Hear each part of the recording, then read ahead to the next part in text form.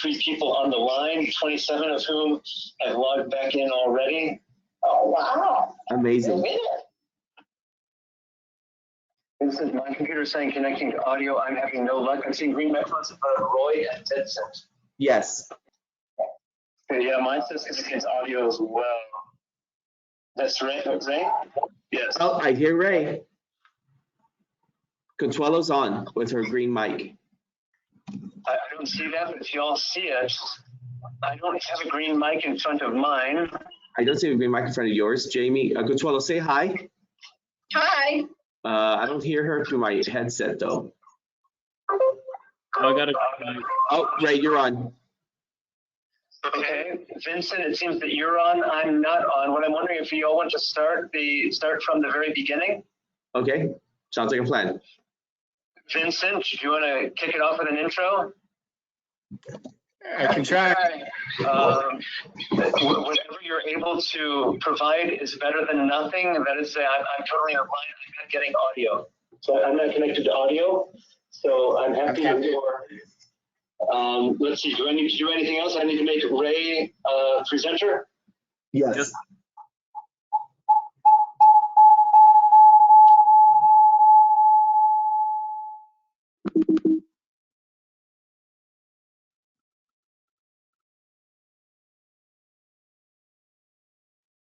Perfect.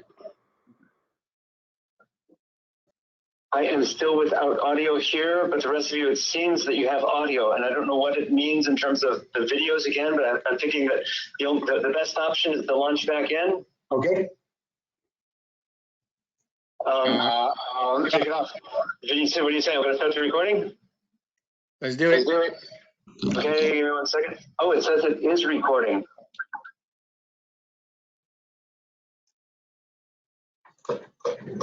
I didn't stop the last session. Should I have stopped it? Your wisdom is at the forefront. But humility is not about taking any political stand. It's not about blaming. It's not about who's right. It's about a different set of thinking. It's about collaboration. It's about looking around the other. Perhaps you're a small district. You're now talking about leveraging resources. You're talking about setting aside whatever past issues or egos. It's, you know what? Humility is really a leader's greatest gift. And I think as we were talking earlier, Ms. Kay, about this time that we're currently in, this pandemic, and how we believe that Mother Nature has given us a time out to really stop and reflect in every aspect, who we are, the work we do, the legacy that we're going to live. And it's getting back to the basics of just that.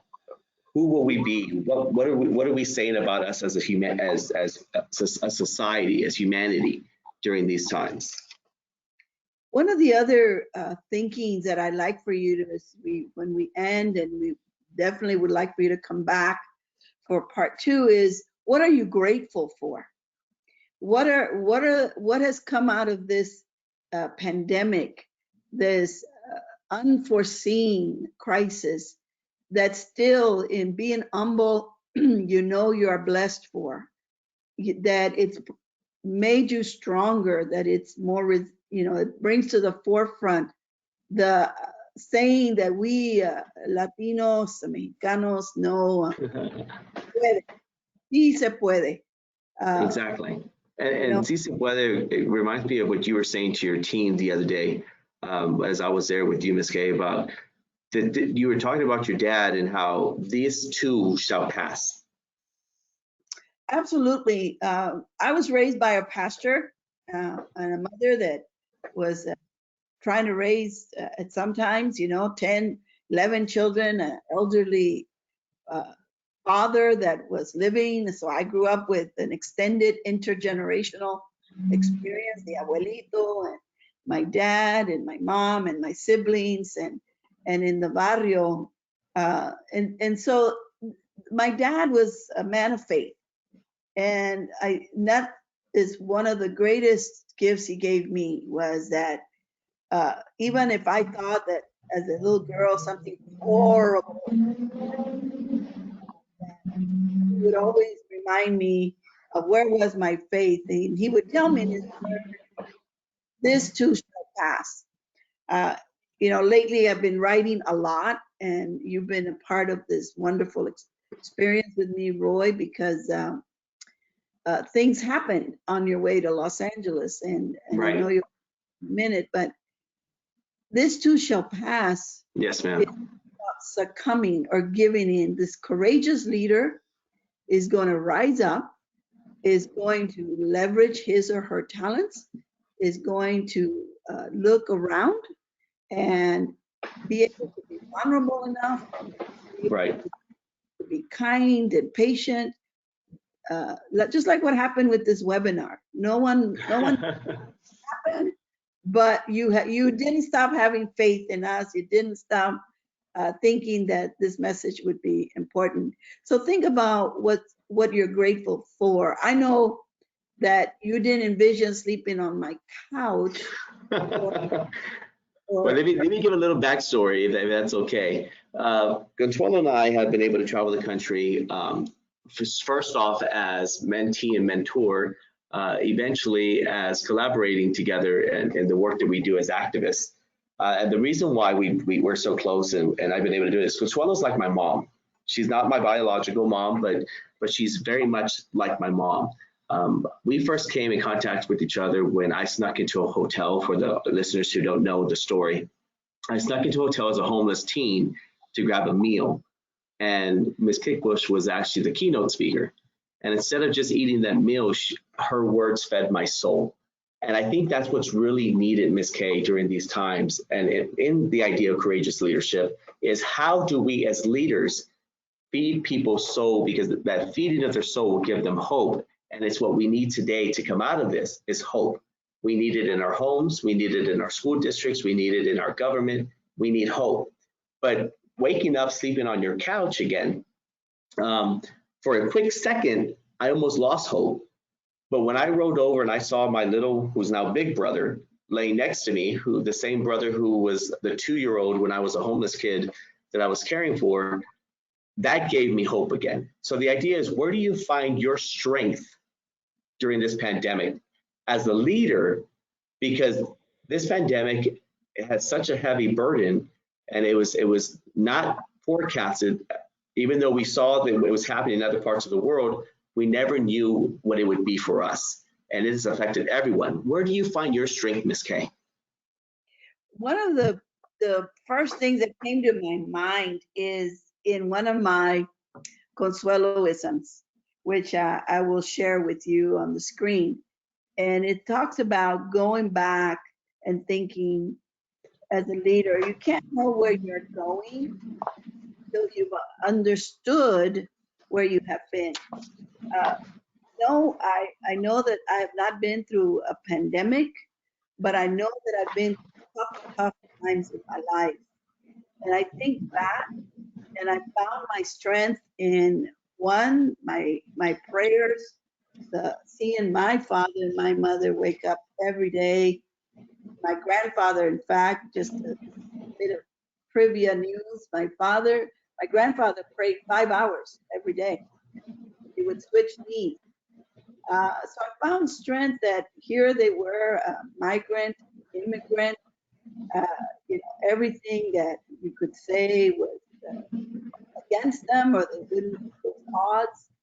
They stood firm, and they were very courageous, and they actually would remind us all the time, no matter how far you go in life, and they certainly had big dreams for us, that never forget where you come from, never forget. So for many of our Muslim brothers and sisters and others who have joined us this morning, let's think back to when those tough times in your life, when you found that you had to now reinvent yourself. I think one of my warm stories about what gives me strength is some districts, for example, didn't have all the computers. Right. Some districts didn't have a way to connect with their students through the internet, not having it available. But again, an example of courageous leaders. They found that they used their buses. You know, and I would even put that under humble leadership, because I have this idea, Ms. K, about humble leadership being when you are able to recognize the value you have, but also recognize the value in other people around you. That's humble leadership. It's really working together as a team to build. And right now, we need to have humble leadership along with the courageous leadership, so that we can continue to move forward. Well, one of the videos that I was kind of pushing you, and I'm so happy you still listen. And I didn't have to bring the chancla out. Last measure is what you talked about in a graduation speech. What you said was so appropriate even today. And I like for our listeners to listen to what Roy was saying back then.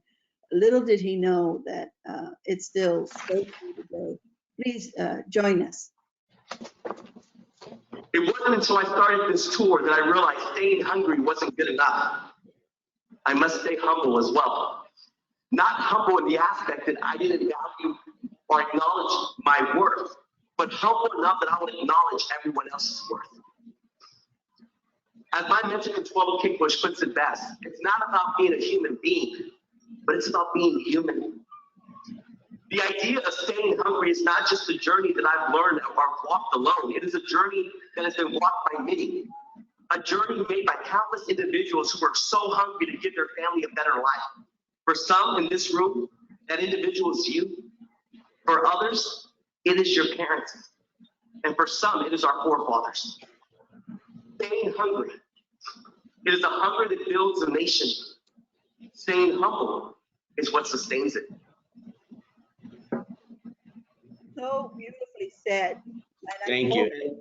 Thank you so much. Staying humble is what sustains us.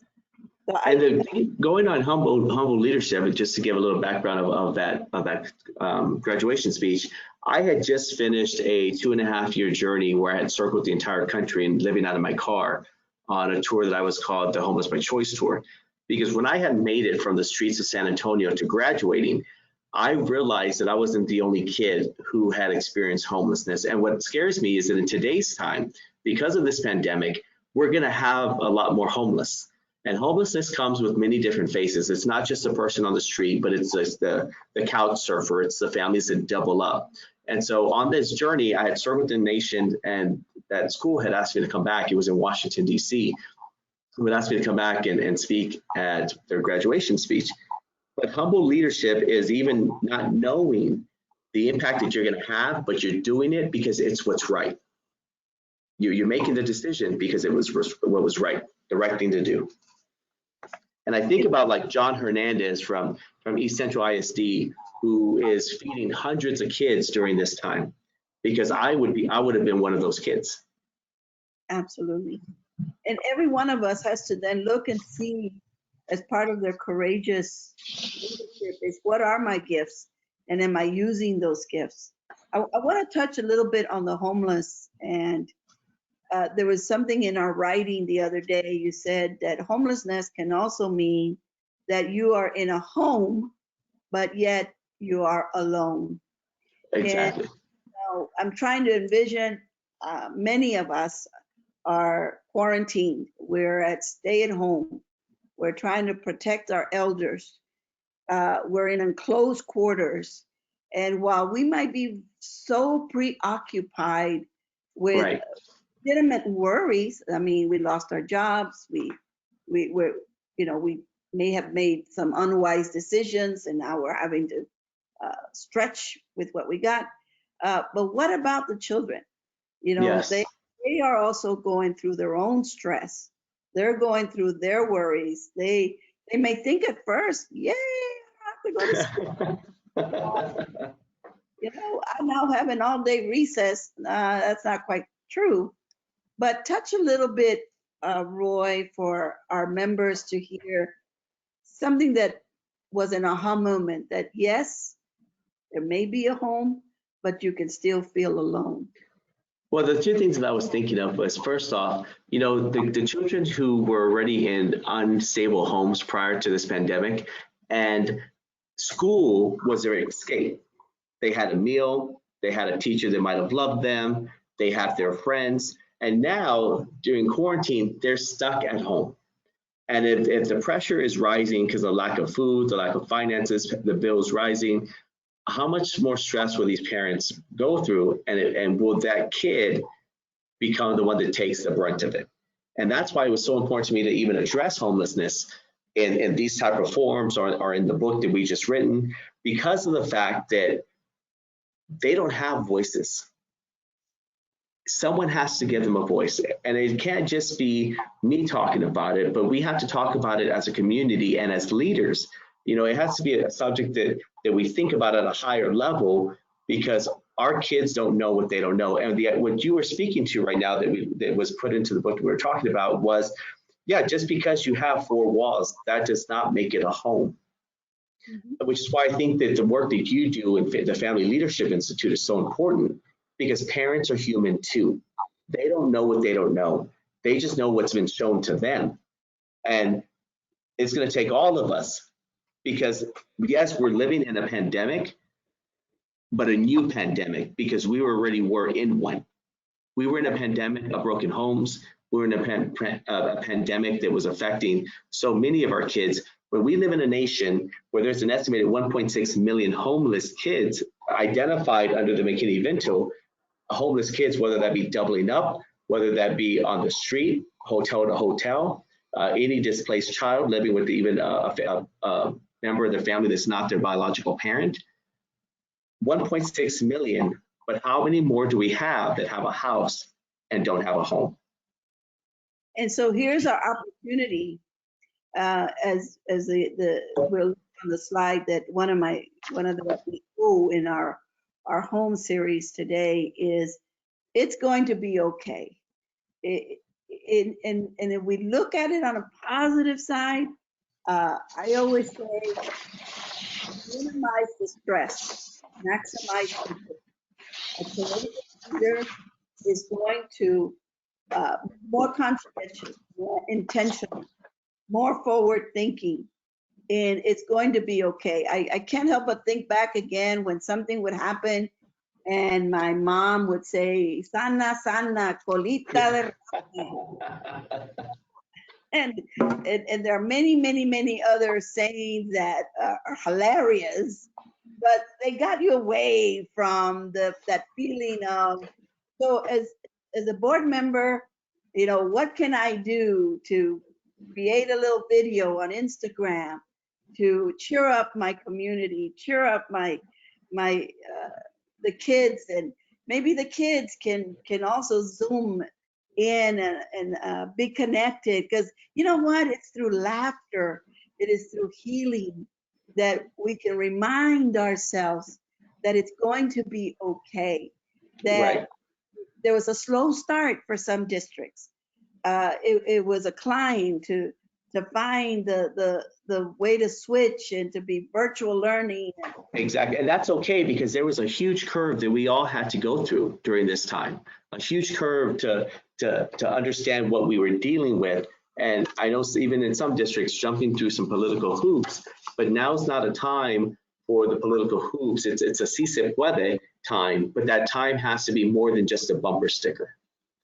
It's got to be put into action. And since we're going back to, I want to touch again on the subject of depression and trauma and woundedness. Yes, Dr. Joe Hendershot will be coming on and sharing part of his wisdom, being an expert on wounded students.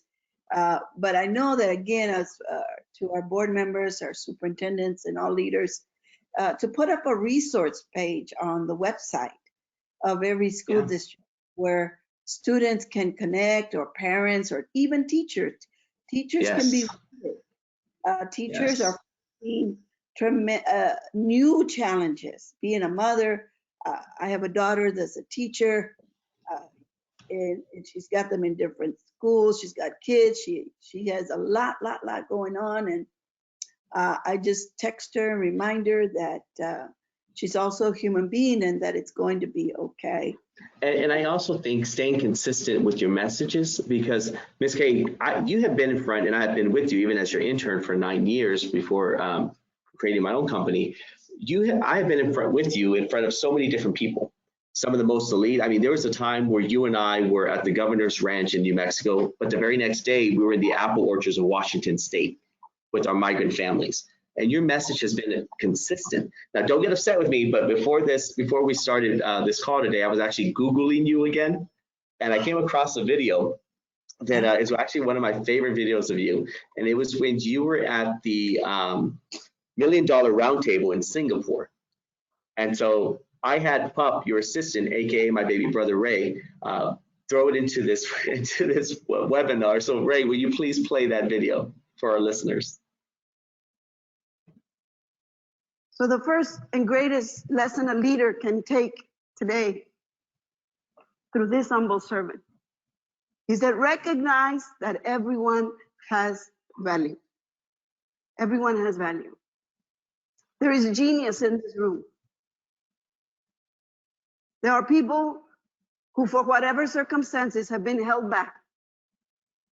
But today's your day to look inside, bring all of your experiences forward, listen to the knowledge and the wisdom, feel the hope coming back into your heart and your veins and your heart. Feel them all the way to your toes. Be inspired enough to say, today will be the best day of my life. And I will continue for the rest of my life. You see, we're alive, ladies and gentlemen. Millions of people around the world will never get to talk about today. They're no longer with us. Then why are we so upset sometimes when life is a gift? The way my attitude is, I wake up in the morning, I check to see, most parts are working, some are a little slower. And I say, thank you, God, I am alive. The rest, I'll negotiate. I will use wisdom, I will use advice, I will depend on friends, I will look for mentors, I will grow more as an individual. But the gift of life, you can never buy. And with that gift of life, it will have even greater meaning when you help others. People ask me all the time, oh, I went to India. I went to a retreat in the Alps. I listen to people who help you become a whole person. To be whole is to make room for others. To be whole is to realize that you can't let those few moments in your life that are so painful take away the joy of living. There are two kinds of people on the earth: those who exist and those who live. The ones who exist will continue to find everything wrong in everything they do and continuously be unhappy because the world doesn't love them and just does everything they want them to do. And those who live say, you know, I don't have control over everything, but there's some things I can plan for. I can set my vision forward. I can be faithful about it. I'm going to give it all I got, and I'm going to love those who come in my path, even those who cut me off on Highway 5 in Los Angeles. Because when I get to the same spot next to them at that big red light, and I know others would think of doing something with their hand and their finger, I turn around and I say, have a great day. After you. To the next stoplight. And Ms. Gingrich, the reason why this one video stood out so much to me is because of two major points that you made in this video. One, the gift of life you cannot buy. And two, being whole is to make room for others. And I thought that was so powerful, especially in a time such as today, and it's who we are as leaders in education, as activists, because our job, our role is to make room so that all students can succeed. And by doing that, it's going to be how we operate as districts. It's going to be how we operate in our personal lives as activists, the decisions we make during this time. So I just think that that was an amazing video. I know it was some time back, but your message has always been consistent. So I think as a leader, the consistency is just as important. Well, thank you. You know, at first I'm a jokester, so I'm like, wow, que chismoso. You know, yes, you have to go get into my business. That's my life is an open book. So yes, I didn't know that was in my heart. It's still in my heart today. It's how I live my life. And when I think about what is different, not really much. Life goes on. It gives us maybe a left hook that we weren't expecting, but we still have each other. And more than Exactly. ever, the world is, as you said earlier, it's on a timeout. And from this, we will be okay. And I think it's important that for the listeners who are not board members or superintendents or principals or in the education field, I think that it's important to understand that they're human too. We all have emotions, we're all dealing, and so we have to make room for that. You know, just last night before this call, we received a text message from my mom apologizing, saying that she is now in quarantine because she just found out that her coworker, who she works very close with, has the virus. And as a leader and activist, I have to hold myself together to say, Roy, you have to focus. You have to focus. You still have to read this document. You still have to do your research. You still have to put forth, because this is the role that I've chosen to play. But I'm also human, just like all of our leaders are human. And while they are called in the role that they're in, I still think that we can make a little room to say it's going to be okay. absolutely. And humor is not to make fun or make light of something so serious, but it is part of what makes us human, is to also bring light and bring joy. And we've got to be intentional. Courageous Yes. shouldn't be afraid that they come across as so insensitive, as long as your intentions are to minimize the stress and maximize the joy. I think of many of them. I have to share this because my brother, I believe, is on the webinar. He's 80 years old. And I said to him, oh, how wonderful your home. You can cook, you can wash, you can scrub, you can mow the lawn, you can give foot massages, all of this for your beautiful wife. And he responded, not at all about any of the things, and said, hi, Manita, I'm glad you're doing well. The only thing I can share with you right now is that all the animals in my rural town are not wearing masks. So I didn't even address any of the other things. I don't know if his machismo got the best of him.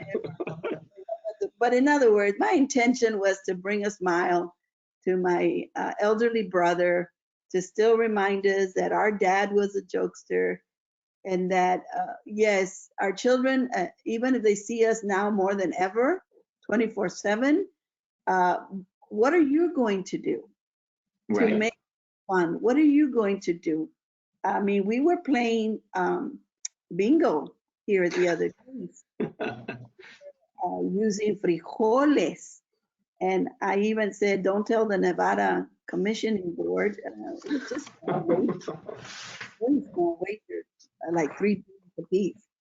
Later, I had to take them away from you to make the real frijoles. And they were delicious. But But you're right. You're right. It is about having fun as well. It is, because I think that when it comes to humor, which is part of what we're talking about, home being H, being humility, O being it's going to be okay. When it comes to humor, that it's going to be okay, it's because every time someone laughs, for that moment, everything else is gone. All the pain, all the worry. So take time to laugh. Life is so short, as we have seen it during this time. It's so fragile. It's so short. Don't wake up 30 years from now and think, why didn't I enjoy my life? Courageous leaders is having that balance, Between what we call living versus existing.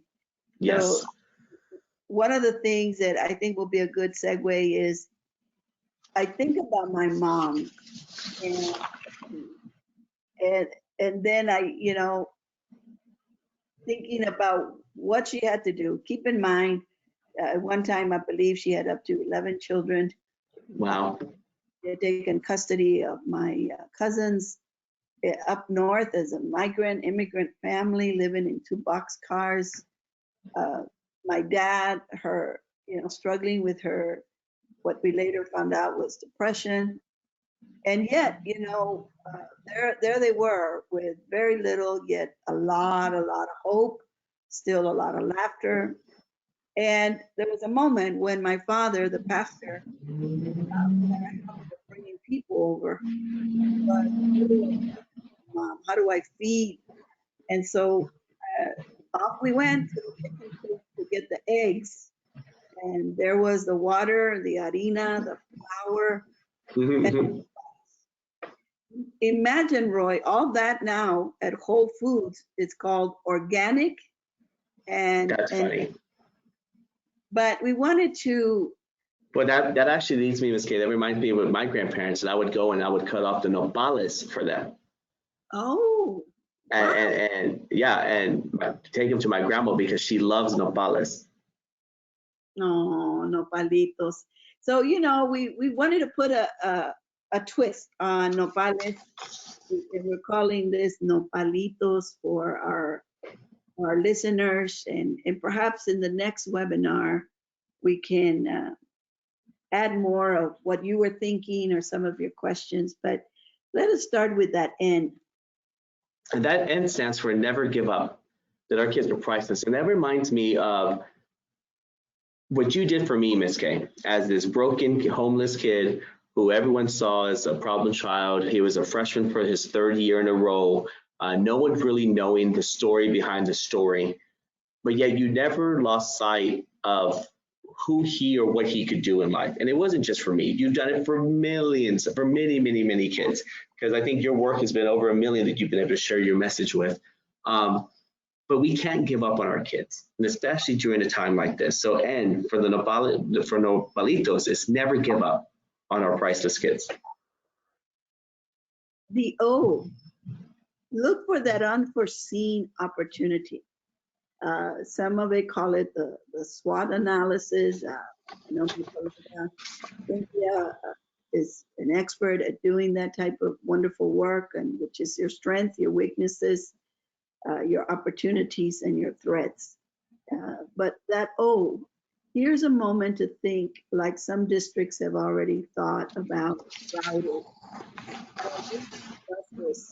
To carry meals to a safe place so our children don't miss out on a meal. So there are many unforeseen opportunities, and courageous leaders are more than happy to go down and take those risks. And I think for the P, the next P would be for plan and prepare. I think that we can plan and prepare for even what's to come. We continuously have to plan, and if we haven't planned and prepared because something came out of left field that we didn't expect to come, but we can learn from these type of situations that we're going through now and plan and prepare for the next. So it's never a fail, but a lesson learned of a new way we can do something. And I wanted to add to that. I have this bright intern here with me, and the millennial, Gen Z, I don't know what that means, that we're different, I think. And here in terms of planning and preparing, I'm going about doing things through my lens. And I'm 65. I'm, according to him, I listen to Boomer Book instead of Facebook. But here he was in the planning and preparing, he was using his skills.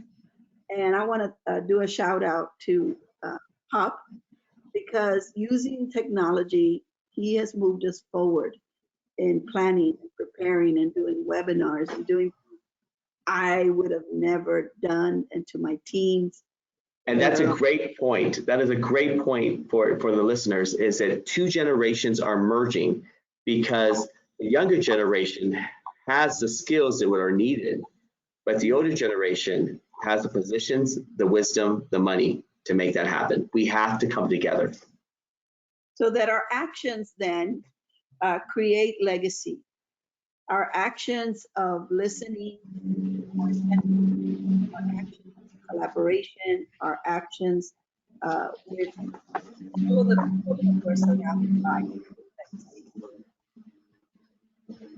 I guess that leads into L, which is lead with courage. You know, always do what's right, even if it's not popular. But if no one else knows, you know. That's what integrity is. But lead with courage. Do what's right. Absolutely. So that I is about innovation and inspiration. I have come to realize in my team that they have taken the ball and run. They have said, what can we do? They gone online. So every member, every one of our family members, everyone who's on this, what are you going to do with your nopalito? What inspired you and is keeping you going? Share it with others so that we're always reinventing and bringing hope. And T would be for teamwork. You know, even as we're talking about intergenerational, Ms. Kay, you and I are from different generations, but we're teaming together because we want to make a positive impact throughout the world. And so we have to work as a team. You know, there's no superhero without the sidekick. And I will admit, Ms. Kay, in this case, I am your sidekick. You are the superhero. You sound so wise right now. But we do need to observe with a different lens. Like I said, I panicked, I worried, I got sad, I got angry, I cried, and then I said, "What's wrong with you? Look, get it together. Look at the other lens. I can do virtual things. I can rely on my team to help me think outside the box. I can rely on my mentee. I can rely on the wonderful leaders that have extended their airtime." Yes. So the last would be S. And I think for this one, brings it all right back to what we've been talking about. You know, we're focusing on home, but today the H and the L, humility, and it's going to be okay. And during this time, stay humble and serve with a big heart. And whatever role it is that you play, stay humble and serve with a big heart. And that's how we're going to make it together. So we thank you from our bottom of our hearts. Make your nopalitos. We are taking actually a break because we just finished our ebook. There it is for you to see. That's how we made nopalitos in the last 4 days. Yes, you don't want to see the pictures. We any contest, but again, we wanted to serve with a servant's heart, to Masba, to everyone who's connected with us right now. Gracias. Tremendous. Consuelo and Roy, gracias a los dos. We really, really appreciate you, especially putting up with the technical challenge that we had early on in this. Tell us, where can we find this book that we're currently seeing on our screens? We're going to release the location of that book on the second webinar that's coming up next week, but it will be on Amazon. We just finishing the final touches today. Tremendous. So I'm hearing that you'll have good news for us next Wednesday at noon when we come back together again, hopefully with a few less technological challenges, that we'll have some good news on finding 4 steps to not allowing the pandemic to affect your home. Special thanks to Consuelo and Roy for your time with us here today. We so look forward to seeing you both on hearing you both next Wednesday as well for part 2 of this seminar. For those who are listening as well, we also have an opportunity on Friday, as Consuelo had suggested. This Friday, April the 10th at noon, we'll have Dr. Joe Hendershot speaking with us on wounded students and wounded educators during this time of pandemic. So we hope that you will join us on Friday for a talk with Dr. Joe Hendershot on wounded students and wounded educators. And the next Wednesday, we look forward to having you back again, Roy and Consuelo. Thank you so much. Tremendous. Thank you both. Looking forward to hearing you next Wednesday. Thank you to all who have been with us on the line here at MASBA. We're celebrating our Golden Jubilee. We are so appreciative to Educational Achievement Services and to Impact Truth for their co-sponsorship of this webinar. Make sure you check them out. They're online, and we will look forward to tuning back in with you next week. Have a good day, y'all.